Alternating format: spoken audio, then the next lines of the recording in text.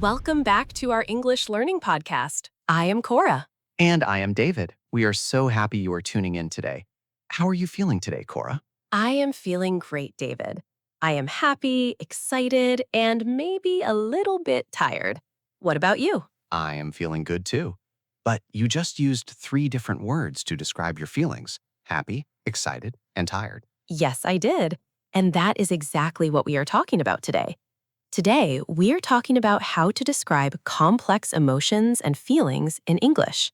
Complex emotions. That sounds a bit difficult for beginners, Cora. Can you explain what a complex emotion is? Of course. Simple emotions are words like happy, sad, angry, or scared. We all know those words. But human feelings are big. Sometimes we feel 2 things at the same time, or we feel a strange kind of sad. Those are complex emotions. Oh, I understand. Like, sometimes I feel happy and scared at the same time. For example, when I start a new job.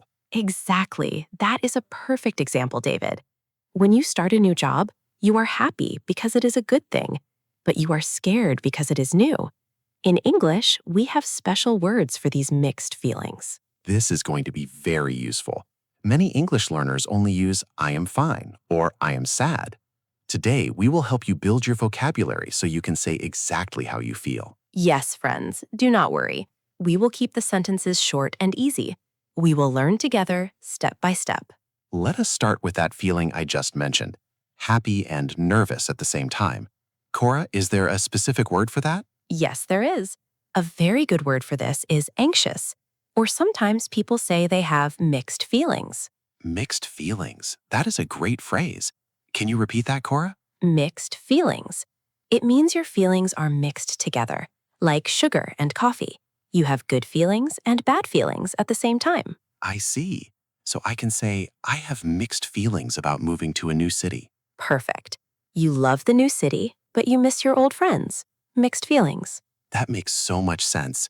What about a feeling of being very, very tired? Not just sleepy, but when your mind and your body have no energy left. Oh, I know that feeling well. The word for that is exhausted. Exhausted. Let us spell that in our minds. E-X-H-A-U-S-T-E-D. Exhausted. Yes. You can say, after working for 10 hours, I am completely exhausted. It sounds much stronger than just saying I am tired. It does. It shows the true level of your feeling. It gives more detail. Exactly. And giving detail is how you make your English sound more natural. Let us pause for a moment. For our listeners, trying to remember all these words can feel overwhelming. Cora, do you have a tip for learning these emotion words? Yes, I do. This is our first English learning tip for today. When you learn a new emotion word, do not just write it in a notebook. Connect it to a real memory in your life. Connect it to a memory. How do we do that? Think about a time you felt that way. For example, think about a day you worked very hard and wanted to sleep immediately. Remember that day and say out loud, "On that day, I was exhausted." Oh, that is a wonderful tip. Your brain remembers stories and memories much better than lists of words. Yes, friends, connect the word to your life. It helps with your memory. Great. Now, let us talk about a different feeling. What about when you expect something bad to happen? You feel a little worried and your stomach feels funny. That is called being anxious. Anxious is like being worried, but it is a heavier feeling.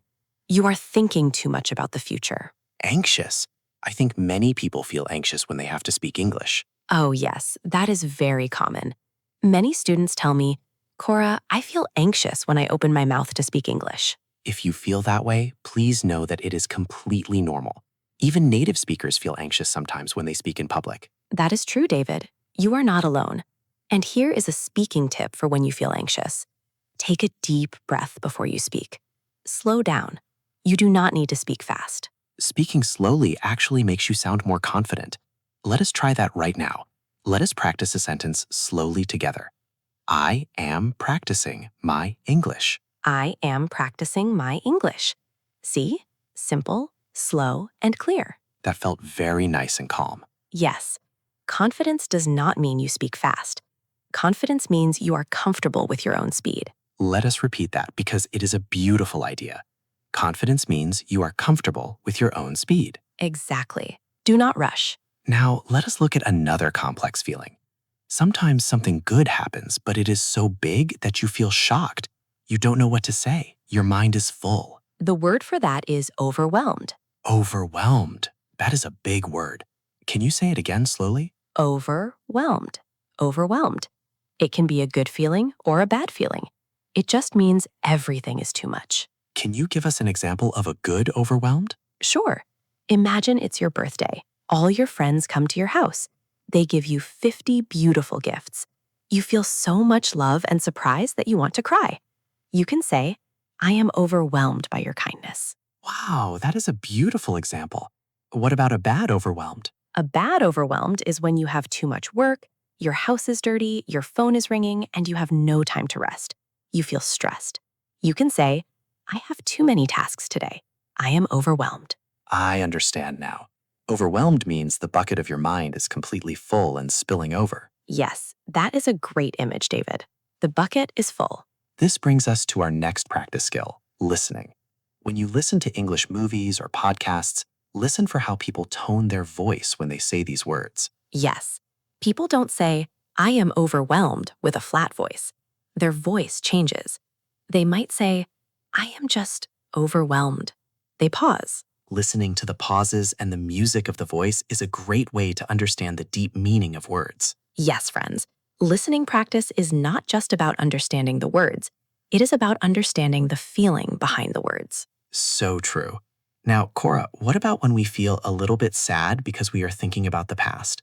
For example, you look at old photos from when you were a child and you smile, but you also feel a little sad because those days are gone. Oh, that is a very beautiful and complex emotion. The word for that is nostalgic. Nostalgic. That sounds like a fancy word. It is a beautiful word, nostalgic. It means you are remembering the past with love, but also a little sadness. I feel nostalgic when I hear music from my favorite high school years. Exactly. You feel happy to remember the music, but sad because time passed so quickly. Nostalgic. Let us try to use it in a sentence. Looking at these old pictures makes me feel nostalgic. Perfect, David. See, our listeners are learning how to describe deep, complex feelings using simple sentence structures. You just need the right word. Yeah, the grammar can stay simple. I feel plus the emotion word. I feel nostalgic. I feel overwhelmed. I feel anxious. That is the secret. Keep the grammar simple and change the vocabulary word. It is a very effective way to speak English well. Let us talk about another feeling. Sometimes you work very hard for a goal, but nothing happens. You try and try, but you fail. You feel like giving up. You are angry at the situation. The word for that is frustrated. Frustrated. I know that feeling very well. Many language learners feel frustrated. Yes, they do. They say, I study English every day, but I still can't speak perfectly. I feel so frustrated. To all our friends listening who feel frustrated right now, we want to give you some motivation. Frustration is actually a sign of growth. Oh, tell us more about that, David. Why is frustration a sign of growth? Because you only feel frustrated when you care about doing better. If you didn't care, you wouldn't feel frustrated. It means your brain is working hard to reach the next level. That is an amazing way to look at it. Frustration means you are growing. So when you feel frustrated, do not stop. Take a small break and then keep going. Yes, do not let frustration make you quit. Use it as energy to try again tomorrow. Let us repeat that. Frustration means you are growing. Do not quit. This leads us to our reading and writing skills for today. How can we use reading and writing to help with these complex emotions? Well, for reading, I suggest reading stories or blogs where people talk about their real lives. When characters in a book talk about their problems, they use these emotion words. It helps you see how words like frustrated or anxious are used in sentences. And what about writing? Writing is a safe place for your feelings. Every evening, write down your feelings in a journal. You do not need to show anyone. It is just for you. So I can write, today I felt a bit frustrated at work, but later I felt nostalgic when I called my mom. Yes, writing down your feelings helps your mental health, and it helps your English writing skills. Double benefit. That is a wonderful practice. Writing in a journal is simple, private, and powerful. Exactly. Now let us look at one more emotion word before we share our final tips. What about when you feel happy because someone did something nice for you? You want to say thank you from the bottom of your heart. The word is grateful or thankful. Grateful. I love that word. I am very grateful for our listeners today. Me too, David. I am grateful that they are spending their valuable time with us to learn English. Being grateful is a very warm and happy feeling. You can say, I am grateful for this beautiful sunny day, or I am grateful for my friends. It is a very positive word. It changes your mood instantly when you say it. It really does. So today we learned many great words: mixed feelings, exhausted, anxious, overwhelmed, nostalgic, frustrated, and grateful. That is a lot of wonderful vocabulary. You can describe so many complex feelings now. Yes. Remember, friends, you do not need to learn 100 words in one day. Just choosing 1 or 2 words from today's episode and using them this week is enough. Yes, small steps every day. Be patient with your progress. You are doing great. Now, Cora, let us give our listeners the 3 simple tips we promised at the end of every episode to help them describe their emotions better. What is tip number 1? Tip number 1. Use the simple sentence frame, I feel, and insert your new word. You do not need complex grammar to describe complex feelings. Keep the structure simple. That is very practical. Tip number 2.